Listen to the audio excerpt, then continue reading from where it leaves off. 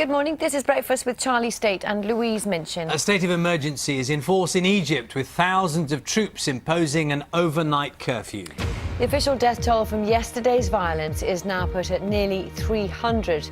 The opposition say more than 2,000 people died.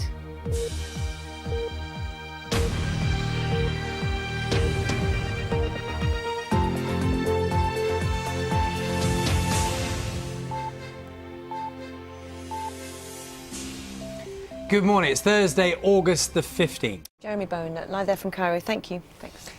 Let's talk now with the journalist and Middle East analyst Saka Al-Makhadhi. Listening to what Jeremy was saying there about the situation now, so polarised, these two camps, and I mean, is that what the nation looks like with the division straight down the middle, and what might happen next? Well, it has done for generations. You know, this battle between the Muslim Brotherhood and the army isn't anything new.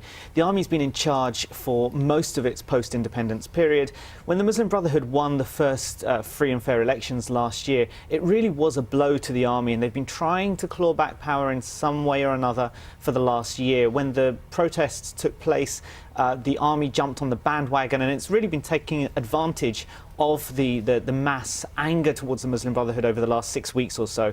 And I think that, you know, the massacre took place now simply because this was the only time it could take place. The army is really worried about losing the legitimacy it believes and the mandate it believes it has won over the last few weeks, and it's really kind of taking advantage of that situation. You talk about two sides. You talk about the Muslim Brotherhood and the army. Let's not forget there are these many hundreds of thousands of people who have also been on the streets in previous occasions in Tahrir Square and all the rest of it. Where does it leave them?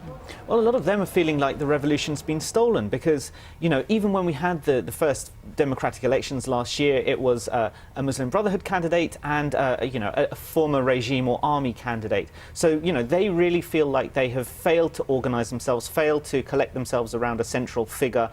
There were hopes that figures like Mohammed al-Baradei, the former Nobel Peace Prize winner, would be that figure, and you know he was vice president until yesterday when he stood down in protest at the massacres, the alleged massacres that took place over the last 24 hours. And Jeremy made references to the funerals, of course, which is another potential flashpoint. It's another focal point because what we've seen over the last couple of years is that in Egypt and across the Arab world during these revolutions, when one person is killed, the funerals bring out hundreds and hundreds of more people. So it is going to attract more people to the streets, and the Muslim Brotherhood and its supporters have shown no signs of backing down. They're willing to stay on the streets and continue their right to protest, what they believe is their right to protest in the face of incredible army violence against them. Saki, thank you very much for your time this morning. Thank you.